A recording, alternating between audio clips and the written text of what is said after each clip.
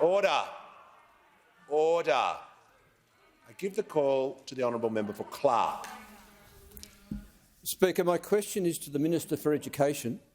Minister, the recent 650% increase in HECS help indexation is an entirely unreasonable and indeed crippling impost on a great many Australians, especially coming as it does so soon after the previous government's reduction of the compulsory repayment threshold.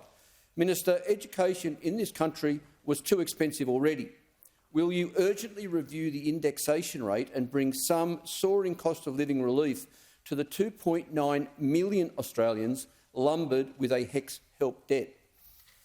I call the Minister for Education. Thank you, Mr Speaker. Can I thank the member for Clark? I know, as many members of this House know, the power and the importance of education. I think the member for Clark knows that very well as do you, Mr Speaker. Congratulate you on your election. I also note the comments you made yesterday about the Parliament in Schools program and how important that is. I'm looking forward to working with you on that. In answer to the member for Clark's question, last year the indexation rate was 0.6. This year it's 3.9. That's calculated based on CPI over the last 2 years. The member for Clark mentions the cost of living, and in that regard it's important to remember that help payments are set as a set percentage of your income. In other words, they don't go up unless your salary does. That said, the issue of affordability is an important one, and it will be one of the things that will be looked at by the government as part of the Universities Accord process. It's important to make this point, Mr Speaker.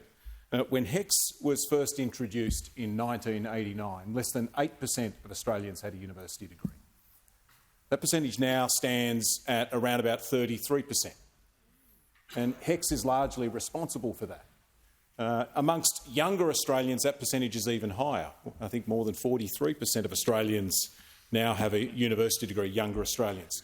But that figure hides another fact, and that is the fact that kids from poorer families are less likely to go to preschool, less likely to finish high school, and less likely to get a university degree. And where you live also matters. My friends on both sides of the House who represent regional areas will know this. About 48% of young people in our major cities have a university degree, but that percentage in regional Australia is around about 20%. And for our Indigenous brothers and sisters, that percentage is even lower. Something like less than 10% of Indigenous Australians have a university degree. We've got to do something about that.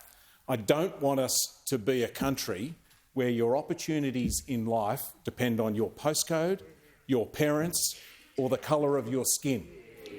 And that's why this accord process is so important.